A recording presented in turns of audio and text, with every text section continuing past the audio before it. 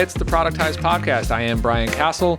This is my podcast that is coming out every Wednesday on a bit of a streak here. We've got this going here. I think it's kind of working. I've got the team all in place with the production. I hope that this can actually sustain through the rest of the year, maybe beyond. I think we've got a good thing going here. Same thing over on my YouTube channel. Got a good video editor who's helping me out and churning those videos out. And so before we dive into today's conversation, as I've been doing here, we're going to roll the audio from one of those Q&As over on YouTube. Enjoy. Do clients' corrections and objections destroy the productized service model? How do we handle those and keep things running predictably? Let's get into it today. Hi there, Brian Castle here. Got another reader question for you today. I've got my quarantine haircut on today, thanks to my barbershop, which are really my two young kids who gave me the haircut the other night. But here we go. Here's the question. This is from Gregor. He asked, how do you handle clients' objections and corrections? Aren't they destroying this wonderful service as a product model? I like the way that he put that. That's a really good question. You know, we all want our service to run like a predictable, repeatable machine. And oftentimes, when clients come back with corrections and they're asking for revisions and they're asking us to redo things, it's like they're throwing wrenches in this beautiful machine that we've built, right?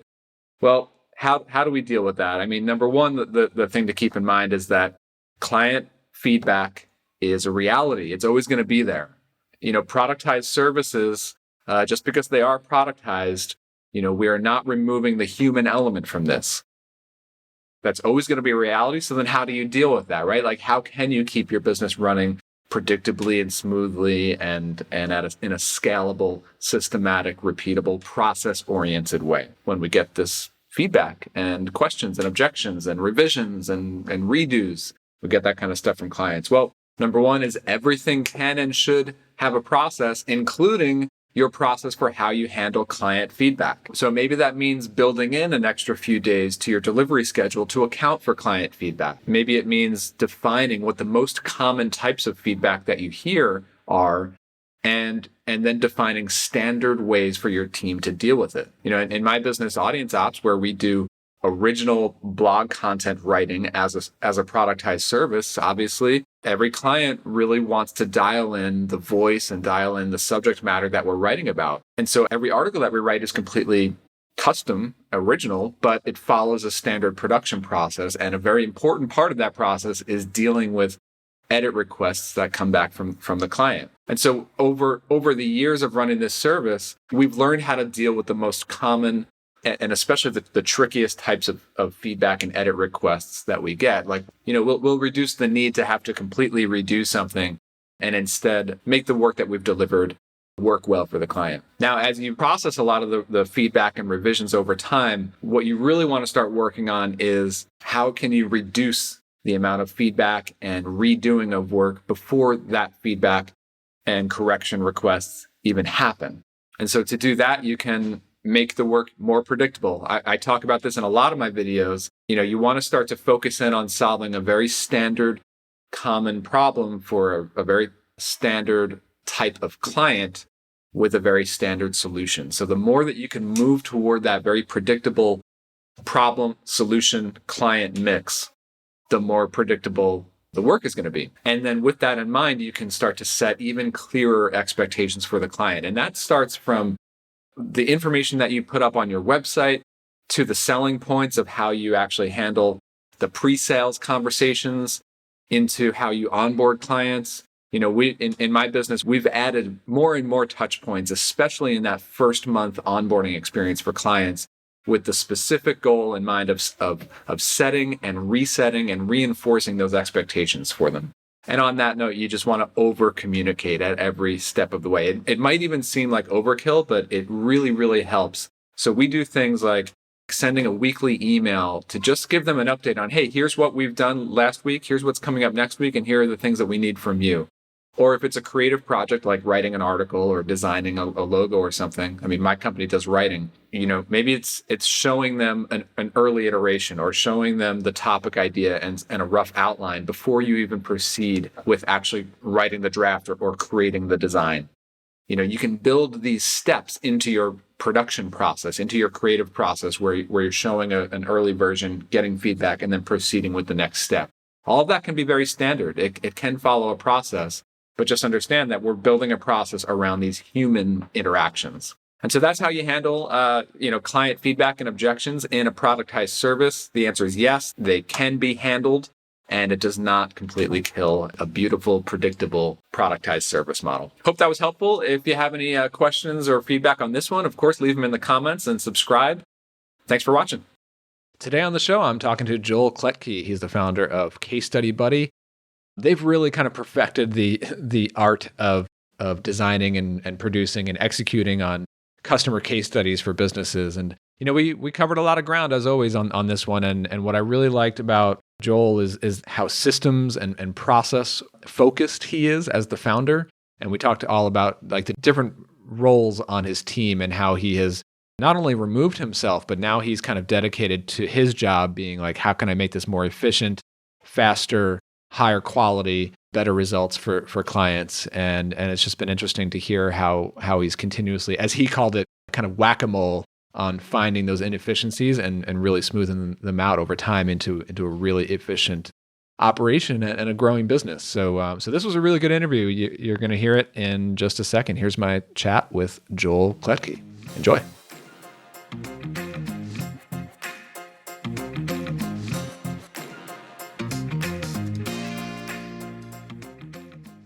All right, I'm here with Joel Klettke, founder of Case Study Buddy. Joel, good to connect with you. Yeah, really great to chat. Something to distract us during these pandemonium times. Right. Yeah, I mean, all the guests lately, I mean, we can't ignore the fact that we are here in early April 2020. I mean, to be completely honest, by the time this episode publishes, I have no idea what the world is going to look like. No, and the threat of kids bursting into the call has never been higher. Exactly. So it's high stakes here, yeah. Yep, that's right. I mean, on that note, like, why don't we start there? Like, what are things like for you, and how has these last couple of weeks and months kind of changed things on your end? And maybe we can work into that. Like, what is Case Study Buddy? Yeah. So I'll start with what Case Study Buddy is, because I think that will kind of be really helpful in understanding like how things are going for us right now. So Case Study Buddy, all we do is take care of customer success stories for B2B businesses from end to end. So that involves everything from helping our clients know how to get buy-in, how to make the ask, how to put together an actual strategy for these assets, which a lot of them aren't even thinking about, all the way to scheduling the interview, running the interview, sending them, the recording and the transcript from that, and then turning them into sales and marketing assets. So turning them into the traditional kind of PDFs you might have seen, the on-site pages you might have seen, social sharing images we're now doing as well. So we really just try to turn these into evergreen sales and marketing assets. We take care of the writing, the editing, and revisions from both sides, which can be a huge pain in the butt that people don't see coming, and then the actual design. And then we do some video as well. So that is sort of our productized service. That is our end-to-end offering. And that's what it looks like. So in terms of how things are going for us now, I mean, the first thing that fortunately a lot of people look to when pandemonium hits is to cut costs. And I mean, it makes sense. You have to trim the fat. And so we've been really fortunate in that even in the midst of that, we've signed new business. We have people who see the value in having customer testimonials and customer success stories and assets that they can use through this time to market. And I think one of the interesting things we're seeing too is this whole situation has created a different type of need for our customer. There are different types of stories that they can be telling now. Stories about how they took care of their staff through a crisis. Stories of how they've made people really happy through the crisis and how people have stuck with them and how they've been, one of those things that didn't get cut and fat that didn't, not fat that didn't get trimmed, but like seen as an essential service. There's stories about how they're pivoting. So for clients who are going, oh, we really need to press into this side of our business now, but we have no proof surrounding that area. That's where we can come in and help them get that. So it's changing the kinds of stories that we're telling a little bit. I'd be lying if I said we hadn't seen our leads drop. I think, a lot of agencies are really, we do a lot of work with agencies. We do a lot of work with software. And so a lot of agencies are really feeling it. They're really kind of hesitant to spend right now. So it's honestly, it's week to week. Some weeks we get some Yeah. wins and we're really excited. And some weeks not a whole lot comes in. And so we just turn inward and we work on the business and look for areas we can be improving and setting ourselves up to come out the other side of this thing, whenever that is, in better shape. Yeah, it's interesting. I mean, you and I have chatted about this before. We're in sort of similar services with my audience ops business and case study buddy. You've really nailed the whole positioning and service around doing the case studies. And we've done some of that as well, but I definitely resonate with a lot of what you're saying about what's happening right now. I see a lot of the same things with our customer base. It's one of the things I want to get into with you here is about your pricing and packages. As I understand it, I mean, you can correct me if I'm wrong. It's mostly one-off purchases, but there's a lot of like repeat purchases. It's not like an ongoing subscription. Is that right? Yeah, I mean, and to be honest, we before this all happened, we're working towards a subscription model, but I think the thing that we learned really early with case studies is market awareness of the potential for these assets and how to get them and how to do this consistently is low. And so there's a lot of Well, just real quick, like yeah, yeah. on the current climate, it's interesting because it's like I have to assume that the nature of the one-time purchase is actually better in a climate like this because what we see, we're largely subscriptions, and like subscriptions are one of the first things to go when you're trimming the fat on your costs. Yeah. And the other thing I just wanted to touch on real quick, I really liked how you explain case studies in terms of stories. A lot of people don't immediately make that connection, and you're right on because it's people think of case studies like, okay, they're big testimonials, they're it's social proof, and okay, like it accomplishes that job, but really the stories are really what's more important. And I love how you're kind of adapting those to. It doesn't have to be exclusively like customer success stories. It could be any stories happening in your business. I really like that. Yeah. Yeah. So I mean, on the whole subscription thing, we know that there's an opportunity there, but we also know that to seize that opportunity, and I think this happens a lot in productized services and businesses based on people I've talked to, you have to evolve a little bit. You're either bringing in something that wasn't part of the original plan, which I always weigh with some measured, like, is this worth it for us to get into? Because for us, like I said, there's always stories to tell, but I think the tricky thing is, for example, let's say you're a typical agency and you serve, a small agency, let's say you serve 10 to 15 clients. Well, you've got a pretty finite number of stories you can tell there. And so, in order for you to have new stories to tell, you either need to be onboarding new clients and having more wins or following up with your existing and that sort of thing. The further we get into enterprise, the more potential there is.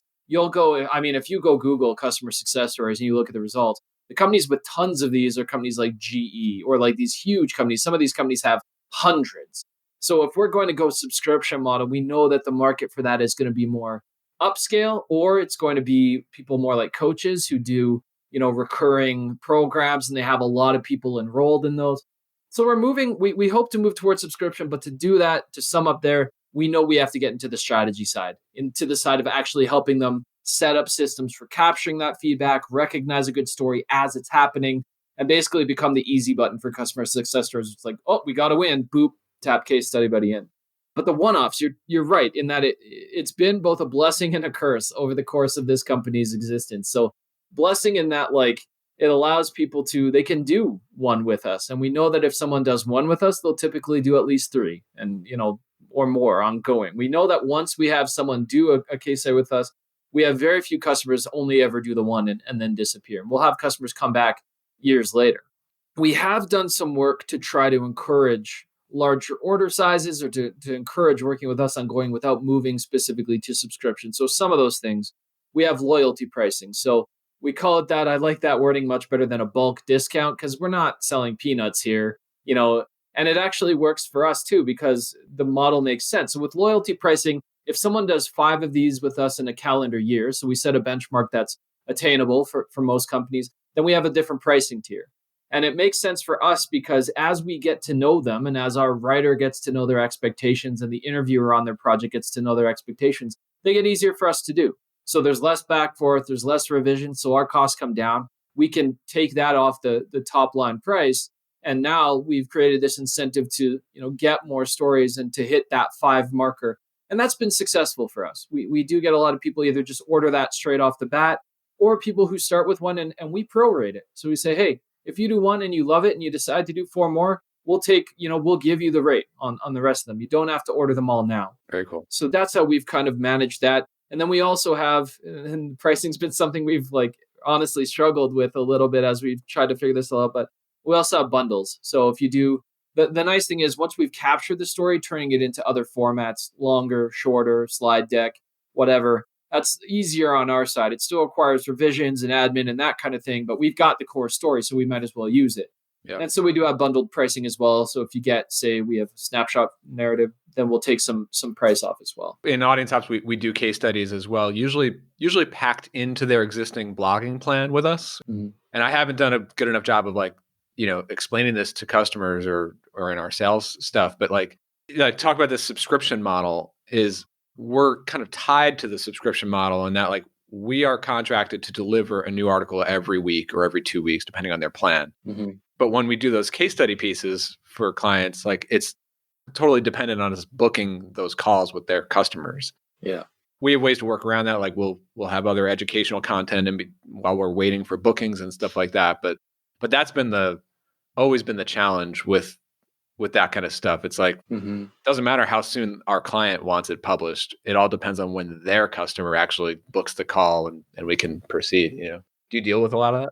Yeah. And that's been the problem that actually, thankfully, we've been passionate about solving is I think a lot of people underestimate the amount of work that goes into doing a case study, a customer success story, not because of the writing, not because of the design, but because of getting that buy-in. How do you make the ask? How do you get them to say yes? How do you get them to actually commit to a time and schedule?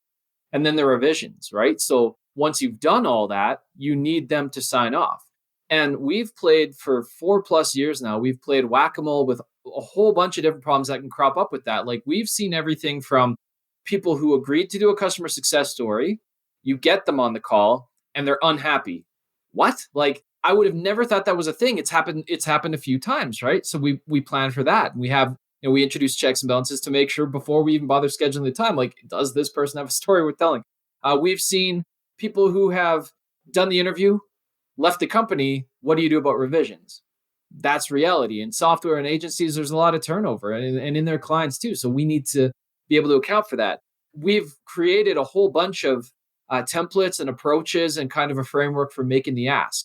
And we've looked at, okay, well, what makes someone more likely to say yes? What can we do? Is it longer, more detailed emails that kind of really lay out the process? Is it sending along certain assets? And so we've learned some things there. One thing that I'm comfortable sharing that we've seen is samples make a huge difference, especially as you move upscale. So when you can show them the end product and say, hey, this is the target we're shooting for. This is someone like you who did take part and we didn't make them look foolish. We didn't expose anything.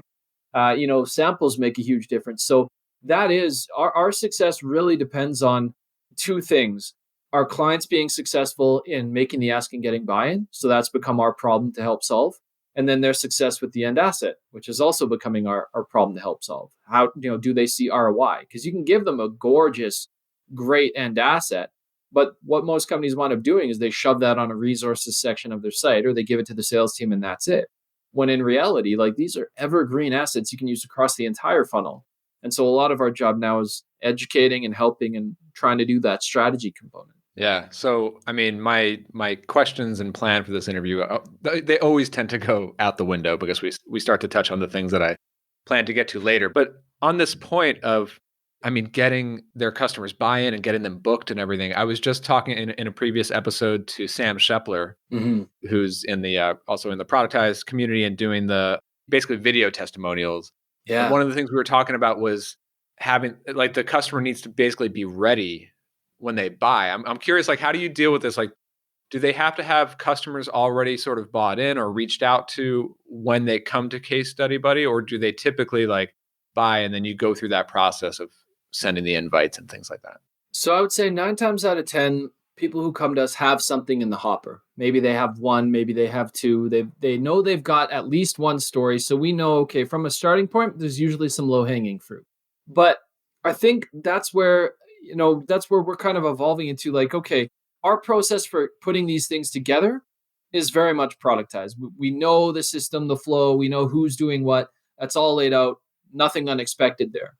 But increasingly, I think to succeed, with this particular asset because it is so high touch and because it does depend so much on like for Sam, if they do a video testimonial, I mean, that's a high ticket item, right? Like higher cost and they do amazing work. Like Testimonial Hero is a fantastic company and fantastic end product. So they earn and they have these bigger high ticket items. For us, we're like, it's sometimes I would imagine like a tenth of what a video might cost, right? So we need to get that scale. We need to find some way to get every possible, not in a greedy way, but every possible penny out of every possible client.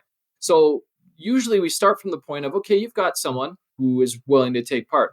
When we do our thing, our clients tend to get, and this sounds like I'm just tooting our horn, but we've seen it over and over. They get so excited at the process and the output that then they start looking for stories.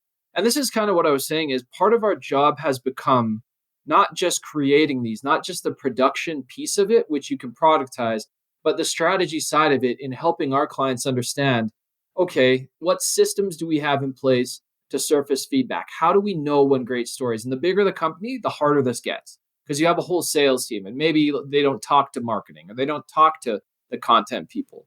So a lot of what we wind up doing is, for example, one of the tactics that we help customers deploy is, let's say that they're excited about it. They've done one. They're not sure they have other stories, but they know that they want some more social proof. We'll kind of do this, tiered thing. So we might start with, okay, let's do a really simple NPS score survey. Let's find who's happy. Let's just get that as a barometer. So we'll help them deploy a pretty simple NPS, score survey. And then out of the people who respond to that, we'll look at the responses and say, okay, normally we'll couple the NPS with like a single question, like some sort of interesting question, like, what was going on in your business that, when you came looking for us, or we might ask something results oriented, like what's the biggest impact you've seen over the last 6 months or whatever. We'll take that and then we'll escalate the commitment a little bit. So of those people who respond to the NPS, we'll contact them directly and say, hey, we really appreciated your feedback. Would you be willing to just tell us a little bit more about your story? And so we might send out like a survey with a couple more questions to kind of see what kind of story is here before we get them on a call. Because you're asking a lot of a person to do you a favor to get on a call. That's really interesting that you're using the NPS surveys and things like that, because it's like I can imagine that's the biggest burden on your client is to literally think through like, okay, which of my customers do I actually know by name who have also been super successful that I feel comfortable to reach out to? Like that's it seems simple in theory, but it's not as simple when you start to think about it for your own business, right? Yeah. So when you can have like an outside vendor, come in and kind of do this analysis and just start to take that work and make some suggestions. Obviously, your client would probably have a final sign off on who gets invited and things, but that's our problem to solve, right? Like we know for us to be successful, we have to help them with that.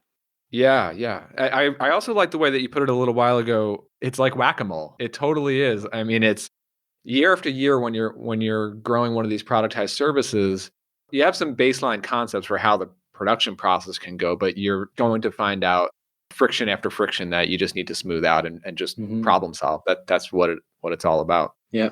Awesome. Let's step back a little bit and get to the stuff that I kind of wanted to touch on like at the top of the interview, which is like, can you give us like any sense of like size, whether it's, I don't know, ballpark revenue or team size, or I think you mentioned you're in about 4 years on this business. Like give us a little bit of context. So my own consulting work has taken precedence over these past years. So I launched this thing as just like a little side project. I was like, you know what, I saw the opportunity and I thought no one else is really doing this. Like when I looked around the competitive landscape, there's like Casey Hibbard who specializes in written case studies. There's agencies who had them as like just another service. But I looked around and I saw like there's barely anyone who's like planted the flag and said like, this is who we are. This is what we do. This is the problem we solve. So I launched it as this side project. And for the first, I say like 4 years, I should actually look. It's like time flies.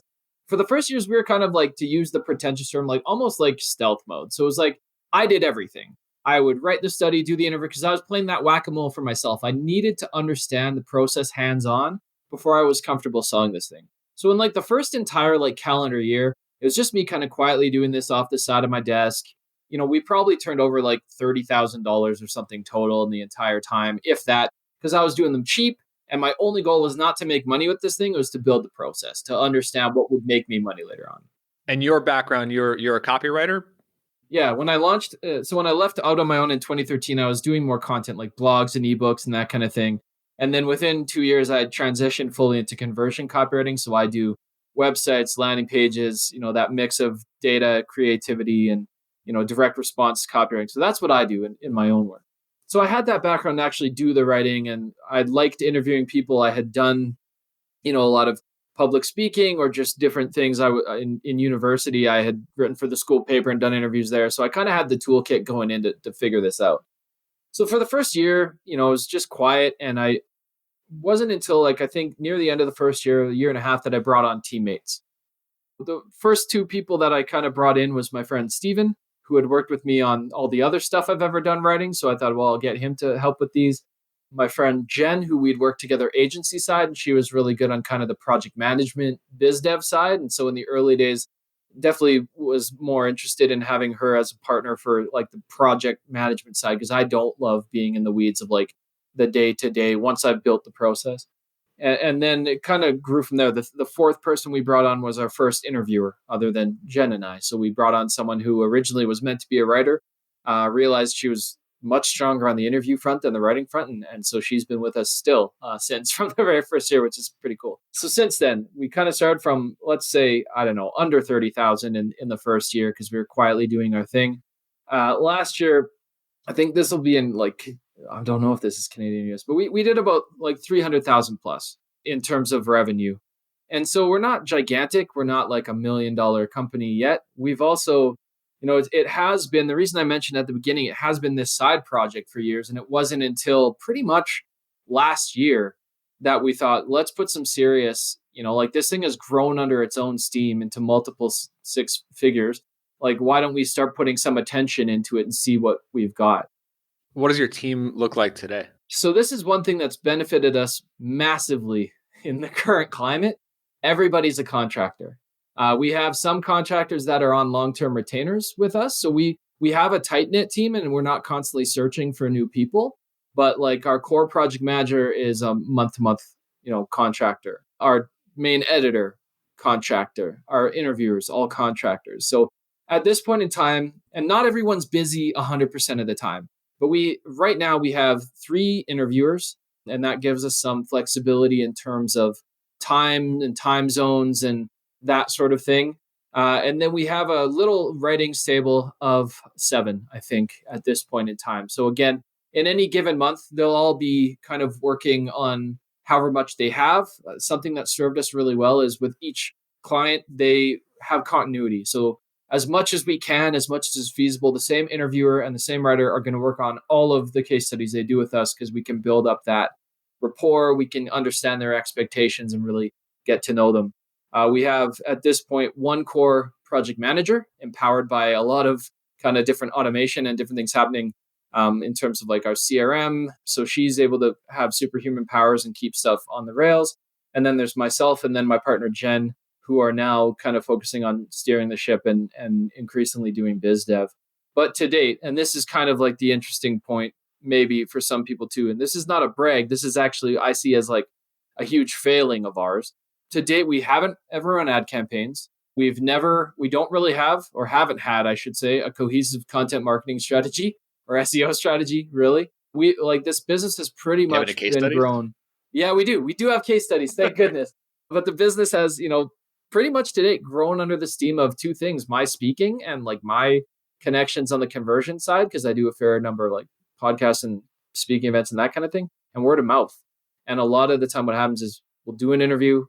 The person who's in the interview enjoys being interviewed so much that then they start doing studies with us as well. Very nice. So we have so many more levers we still can pull. And that's why I'm really excited about the future, even in the midst of everything happening now. Yeah. My team too is for the most part contractors, and I think that's worked out pretty well for everyone involved because what I found is there are a lot of really, really talented and really great communicators, great professionals who actually want to be like part-time. Mm-hmm.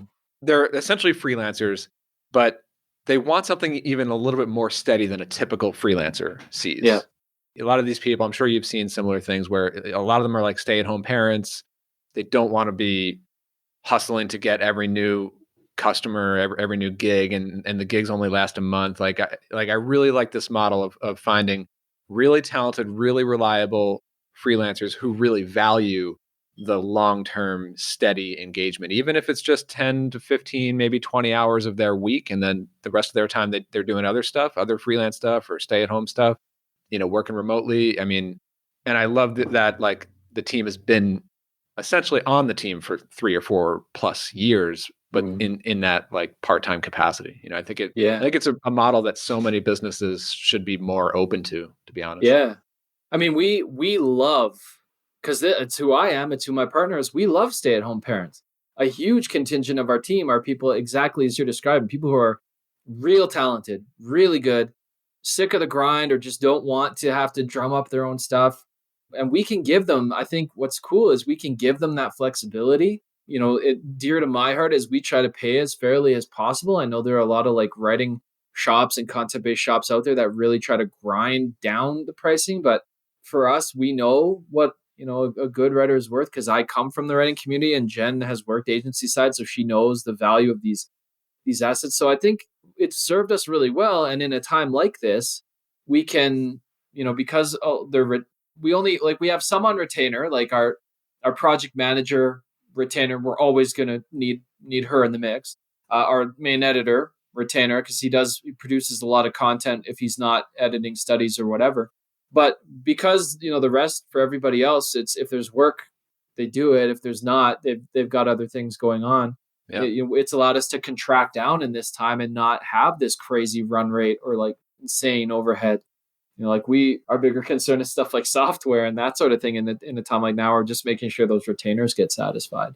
Yeah, very cool. Just a minute to tell you about Productize. If you're sick of the client services treadmill, well, there's a better way. A productized service. That's why I built Productize. It's a private community and training program for people like you and me. We're operating a client services business, and we're scaling it up using the productized service model. Join our private Slack, our private forum, and get matched into your own small mastermind group with other members. Give and get honest, constructive feedback to grow your productized service business this year. Plus, get access to my Productize course, which gives you everything that you need to start, grow, and systematically build your productized service business. The best part about becoming a member? No ongoing subscription. Purchase once and you get lifetime access to everything. Go to productizecommunity.com for all the details. And right now you can get 10% off by using this special URL, productizecommunity.com/podcast. So I guess sticking with the team a little bit, maybe we could start to dig in a little bit to your process and who's doing what and what does a typical client engagement look like, kind of start to finish, or at least through the first few deliverables. Sure. So I'm curious about the team individually, like what the roles are and how things get passed from one person to the next. I'm also curious about your personal role. Like what are you doing today? What are you not touching anymore? Curious to hear that. Yeah, absolutely. So there's a few things that I think are kind of special about our team, and it continues to evolve. We keep, as we grow and we have new needs and we need, we introduce new things, we have the ability to add new people to the mix. So I'll lay out the engagement and then I'll break down who's doing what. So in a typical engagement, a lead comes in, someone needs to get on a sales call with them. We know based on experience, this is not like for a very small contingent, it's a hands-free offer where it's self-serve and they're just like, I want that.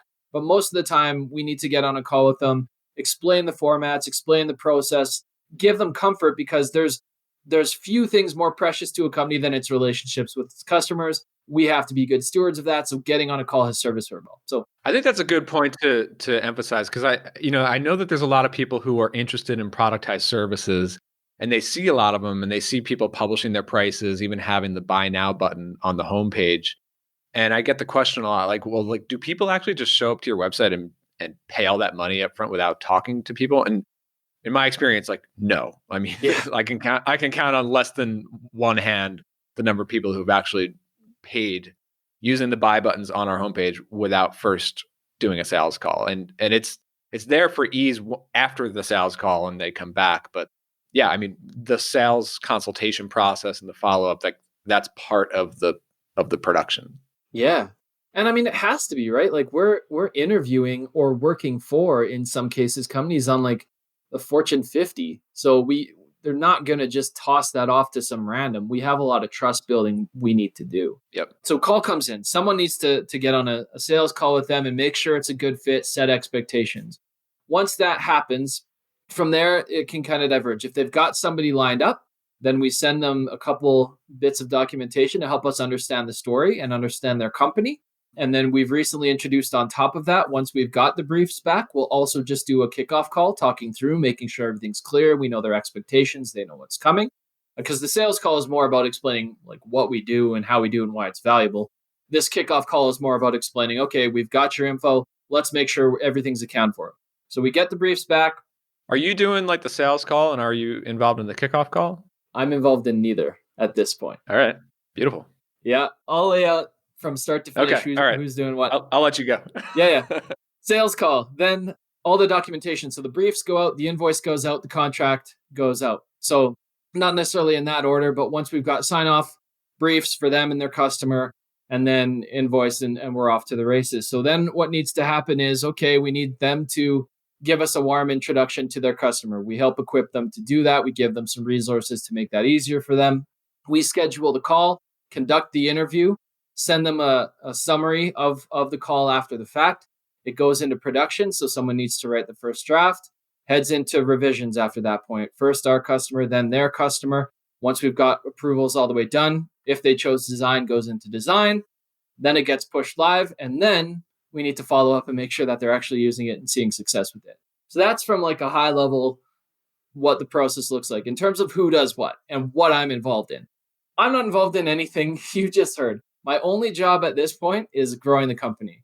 So that is coordinating. I mean, I do a lot of work on the process itself. So I'm continually looking for ways to make it faster, better. I'm still playing whack-a-mole years later. How can we do this better? How can we speed this up? What would happen if we shifted this around? So I work a lot on the process. I work a lot on the planning in terms of what we're going to do. And then I work a lot on like actually speaking, going on podcasts, doing talks, publishing about it. So right now I kind of do that piece of the marketing a little bit. But back to the process. So the sales call, my partner, Jen. So that has been, she's an ace for biz dev. So that has been her role, is to do that sales call. And you guys are business partners in this? We are, yes. Yeah. Got it. So I brought her in. Since the beginning? Yeah. So I realized, again, because this was early on, it was a side project and I wasn't about to give up my consulting work. I realized, look, if this thing's going to have legs, if this thing's going to fly, I need someone who can do the things that either I'm not great at or the stuff that I just don't have time for. And Jen and I had worked together so well, agency side. I have a lot of respect for her, and we're the kind of people that can disagree with each other and still be okay with it, which I think is rare. So she's a partner. Yeah, she owns the company as well. So Jen will do the sales calls. From there, Morgan takes the reins. So Morgan has become, in a business like ours, the tricky thing is by virtue of the process, this person's going to have a lot of potential touch points. Someone's writing it, someone's interviewing, someone's da-da-da-da-da. Morgan is consistency. Morgan is the person they always check in with. She's the one driving the project forward. So in terms of documentation, updates, everything flows through Morgan. Morgan's the person, if they've got revisions, they go to Morgan, right? All that, she's kind of the controller, the project manager. So Morgan will take care of that. She'll help kind of get the ball moving on things like getting buy-in. Then the interviewer. So the interviewer will step in to help schedule the call and run the call. So we separate, one thing we do that's unique is we separate our interviewers. They only interview. Our writers only write. We don't have a single person that does both. It's not that they can't. It's because having that flexibility gives us more bandwidth to grow. Someone who has to interview then write is now stuck on the same project for a longer timeline versus just being able to crush their piece and move on to the next one. Yeah, that's interesting because we have writers be the ones who talk to clients and interview them, whether it's for case studies, but sometimes it's just research for other articles. Yep. But that our account managers also go on the call with them. Yeah. And what has happened in some cases is our account managers who also have like writing backgrounds, they end up kind of just covering the interview for the writer sometimes to kind of like free up the writer a little bit, or the writer couldn't work with that schedule. So the manager just does it, and that separation has happened naturally. And so you're giving me some ideas to think through here. Yeah, I mean, the hard truth for us has been everything hinges on the interview. Great interview, great end product. Terrible interview, we're in trouble. So we need those interviews to go well. They have to go well, and that's why it's a specialty for us. It's a specialized skill. We don't want interviewers to have to think about anything else. Yeah. Who are you hiring for the interview? Like, are you looking for writers who can interview? Are there people who build themselves as like, I'm a freelance interviewer? Like, how do you find those people? It's a real mix. It's a real mix.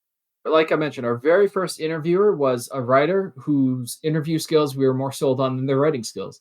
She was a Mhm. former journalist, and we love journalists because journalists know how to dig for a story and tell a great story. So she had a journalism background, and she, interestingly, all of our interviewers are women so far. They just seem to, I should stereotype, but the women that we have are just really good at getting into the weeds, asking tough questions without seeming like they're badgering. Like, we've just got a fantastic team on that front. So, I mean, our first interviewer, yeah, she had a journalist background. Our second is someone who just honestly loves interviewing. Like, that's kind of, I'm not even sure on her entire background, but was always just kind of in a little bit of like a almost a customer success type role, doing a lot of like, kind of journalistic, I guess, journalism's kind of the common thread, but producing content as well, but just more in love with the art of talking to people.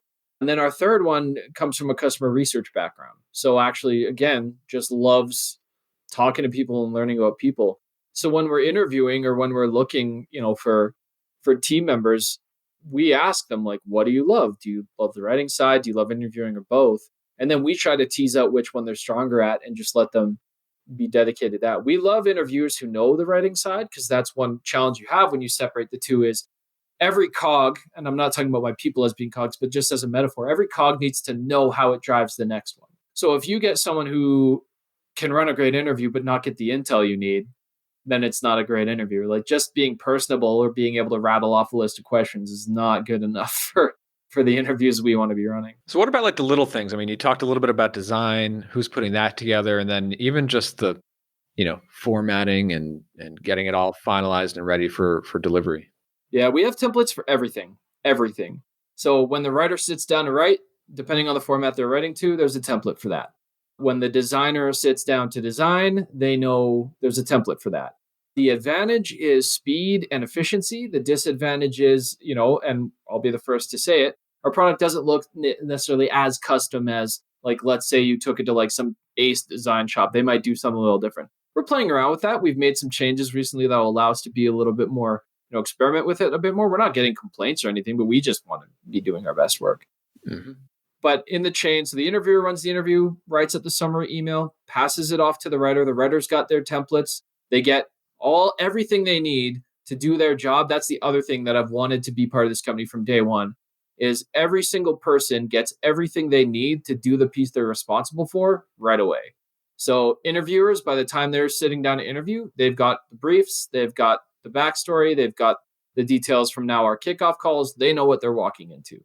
The writers, they've got the briefs, the transcript, the recording. They know what they're walking into. So the writers write, and then for design, we have a design resource that can just turn around whatever we need. So in terms of like, if it's PDFs, that's been our traditional deliverable. We're shifting more now to doing, hopefully we'll see what the market is, they're interested, but HTML pages. So now we're actually designing more of like the actual static page layout. And then in the future, Actually, I was going to ask. Yeah. So yeah, like I know you prepare the PDFs, which look great, but I was wondering, like, do you plug into their websites at all? Whether it's like, oh, we need this posted into WordPress, or so you're doing like custom HTML pages like, as the deliverable, and then you hand that off. This is a piece we're figuring out. In the past, it was originally we charged for design files because the whole thing is like, well, if we don't, what if they just take them and they never work with it?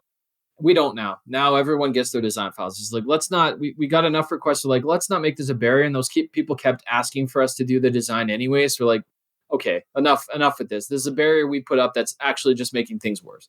So in the past, we just give them the design files and let them kind of worry about uploading.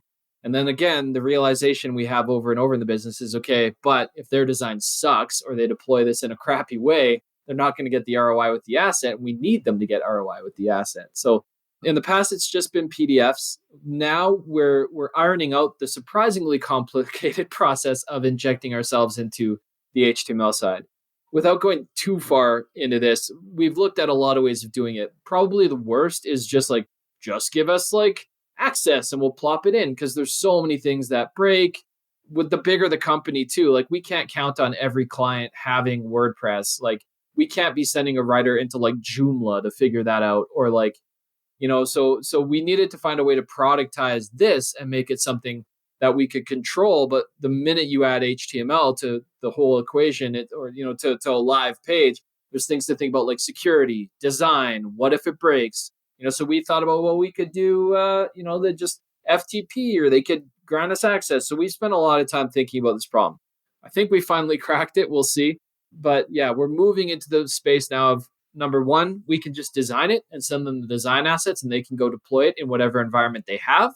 Or we're actually getting to the point now where we can actually do the entire thing on our side, design it, deploy it, and go live with it. And they don't even have to think about it. And so that's the next thing we're hoping to roll off the line, is this productized piece of the puzzle. Because that's one of the things that's kind of broken in this space is even the big guys. You go look at GE, or I've mentioned a few times, but again, go Google customer success stories. So many people have PDFs. PDFs are great and awful at the same time. Right. PDF's great to send in an email. PDF's terrible if you're on mobile. Good luck, all your mobile traffic. I feel like the whole point, or the whole use case of PDFs in business these days is basically people want to pass along finished products, but nobody has access to the company's website. Right. so PDF is the next best thing to just get something to someone or published without having to go through all the hoops of actually editing the website, which is terrible. I mean, it should be easier, but that's just the way it is, And I mean, it breaks a lot too in PDF. We want to know, for example, the best we can do with a PDF, if we're using a tool like DocSend, we can look at download rates or consumption rates. That's not great. We want to have that analytics data to know which version performs better and what people actually pay attention to, and time on, actual dwell time and that kind of thing. Yeah. So actually on that piece, are you doing any reporting or after the fact analytics, anything like that? Not yet. Yeah. This is a problem, and again, for people listening, I got into it thinking, oh great, we'll produce case studies. And then one thing after another, you start adding, right? So part of my job in leading the company now is drawing, where's the firm boundary lines? What do we do? What do we not do? What do we maybe bring in a partner for, right? For us right now, I'm totally fine transparently saying we have no designs on hiring a PPC person to deploy these in campaigns. We know that customers need to be using these in Facebook ads and that sort of thing. We'll create the assets to enable them to do that. We don't want to own the responsibility of continually optimizing and managing that spend. It's a different business. It's not what we're in the business of. There was a short period of time a couple of years ago where I did step into that realm because I knew so many of our clients were running PPC campaigns to the content, and I hired a guy, but it just within a few months it was clear this is not our wheelhouse, and we're not delivering on that the way that I would want to. So it's just doing too many things. Yeah, I think it sounds really pessimistic, but it served me well. I think a really good mantra to have in productized services, because I think people falsely believe a lot of the time they are amazing and brilliant, and there are some that are really lifestyle businesses, low friction, whatever. But I think the mentality you need to carry with you into a productized business is that everything is going to be harder than you think it will, and that's okay. Everything is tougher than you think it'll be, and that's all right. Because well, one of the things I love about it, and you've been explaining this so well, is I think the idea behind a productized service, the best ideas for productized service businesses are the ones that are really hard to tackle. They require hiring a lot of specialized skills. They require a lot of legwork to get, and so it's going after those big hairy problems and putting a process to them. Mm-hmm. That's where you see a ton of value. It's this company really knows the whole process of knows all the pains involved in case study production, and they've figured it all out, rather than a company, going and trying to hire all those pieces individually or try to do it in house. Yeah. And that's the thing too, is we've had to learn too over time. Like our best customers tend to be companies who get it, who see like there are so many moving pieces to this. The people who are just like, oh, I just want a story. We're not, I wouldn't say our pricing is like high. We're not the cheapest option. We're certainly not going for like the unlimited content for $50 a month type model. We're not crazy expensive. We're not super cheap, but to the wrong prospect, we cost a fortune. And to the right prospect, we're like the greatest bargain on the planet. Yep. I wanted to, before we wrap up here, there are basically two questions related to like the sales and marketing side. On the marketing, because you mentioned a couple times here that you do podcasts, you do some speaking. A lot of the leads are coming through that network of people either knowing you or have heard you speak or followed you and things like that. Like, are there any like strategies or things that you've done to keep yourself getting out there and getting that exposure, like, or anything else that you do in terms of like the lead gen stuff?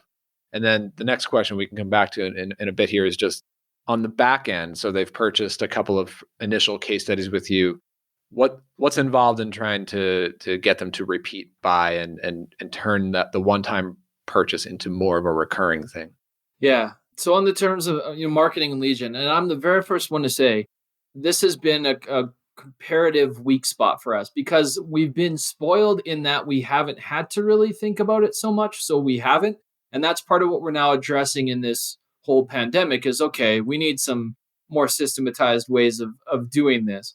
We grew so much just under the steam of word of mouth that we could put our focus in other spots. We could work on the process. We could work on getting people in place. We didn't really have to think about the lead gen. And that was great when things were great, and now they're not. So I think things that have worked are things like speaking engagements for me.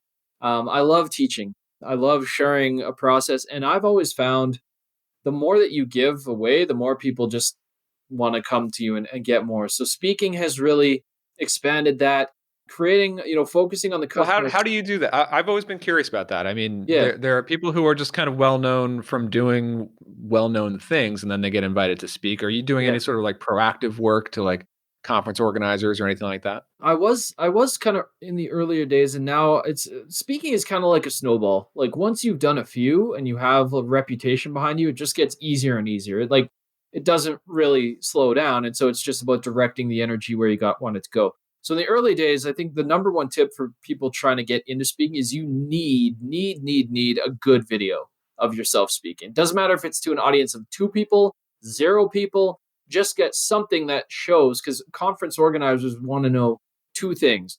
Are you going to embarrass them? Are you going to embarrass yourself? And if you're not, Right. if you've got something worth teaching and you're a capable speaker, having a video is like the greatest asset you can have. So I still kind of identify conferences that I would like to take part in. And if they have a community slot, so for example, MozCon, you can pitch for a community spot, I'll pitch for those. If I know somebody who has spoken at the conference, I'll sometimes see maybe they have an in with the organizer. Maybe they can put in a good word, as it were. Do you attend or did you attend before we were all like locked in our houses here? Yeah, I don't go. It's not something that I like go out of my way to do because it's expensive, right? To like fly across the world everywhere. If there's certain ones that I really, or communities that I have no real connections in that I want to break into.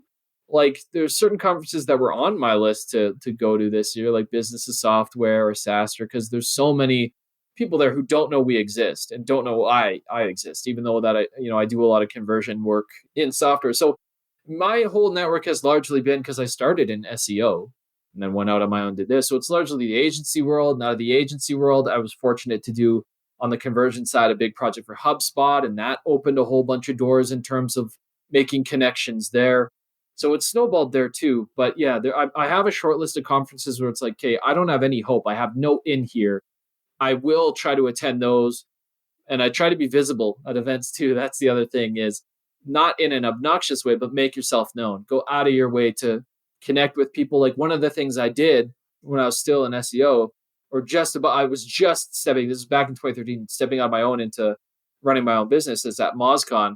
I ran a sticker contest. So I got a whole bunch of stickers with my logo on it. I had a $500 prize, just said, stick this to something, take a picture, tweet it with the conference hashtag, And so, somebody who does that's going to walk away with 500 cash.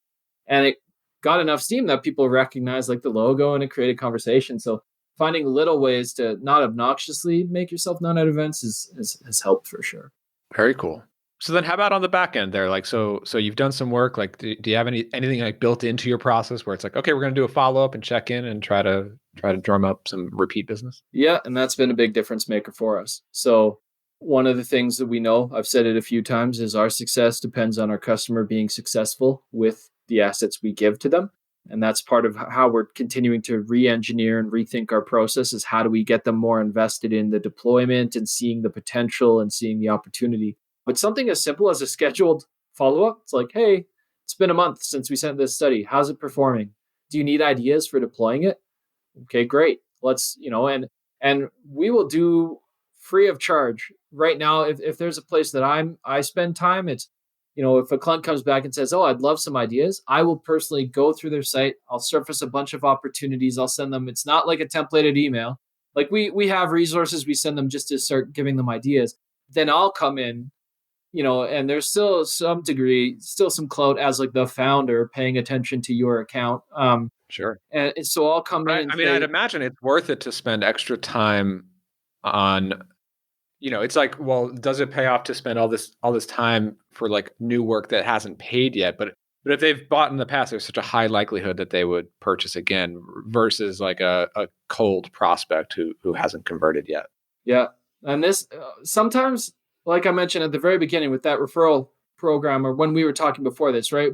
During this whole pandemic, one of the things that we've done is spun off our internal referral program. So going back to clients and saying, okay, if you refer someone, you get a credit, they get a credit, that sort of thing. We get new quote unquote business, just by reminding people we exist. Like follow-up has been massive for us, just either saying, hey, do you need ideas to deploy your current study? And then we'll try to surprise them by giving them some other asset that makes that even easier. So we try to be proactive and be like, hey, we created this thing for you. Now you can use that too. Or, hey, we spun this off. Like I'm big on like little extras. I think like that was beaten into me. Like there's a company called Fangamer. All they do is sell like video game related, like clothing, apparel, and like nerdy stuff. And years ago, I bought something from them. And with every order, they would send you like this little hand-drawn like some sort of video character. You never knew like who you were going to get. There's always some personalized note from the person who packed it. And I love that. It was so cool because that's cool. Just as fun as like getting the thing in. So we'll try to do little extras, but yeah, scheduled follow-ups for us are huge because, 6 months out, it might not be top of mind for them, but they'll probably have had a win. Like, oh yeah, you guys exist. Like we want to do this. And so we try to get them into like a routine of like, recognize a win, tell case study buddy. Recognize a win, tell case study buddy. We try to ingrain that behavior in them. So very cool. Well, Joel, this is you really packed a lot of good information into this one. I appreciate you coming on. Case Study Buddy is just such a great example of building a really cohesive team and systems and process around a really valuable service. Really well done. So thanks for coming on. Yeah, thanks so much for having me. So that's at casestudybuddy.com, of course. We'll get that linked up. Anywhere else people can follow along with you? Yeah, I'm probably most active on Twitter, just at Joel Klettke. And if you send me a message on there, I may not respond quickly, but I virtually always respond. And then LinkedIn too. So I'm always happy to field questions, share. I mean, hopefully you've heard, like I'm a pretty open book on most things and just excited to hear what people are building, what you're doing, what questions you have, and that sort of thing. So always happy to chat. Awesome. All right. Well, thanks, Joel. Yeah, thank you.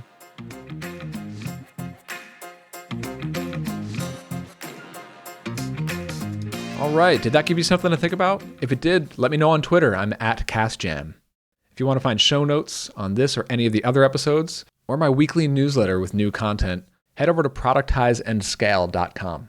Now, if you haven't already, a 5-star review in iTunes, that would go a long way to helping other folks find the show. Thanks for tuning in. I'll see you next time.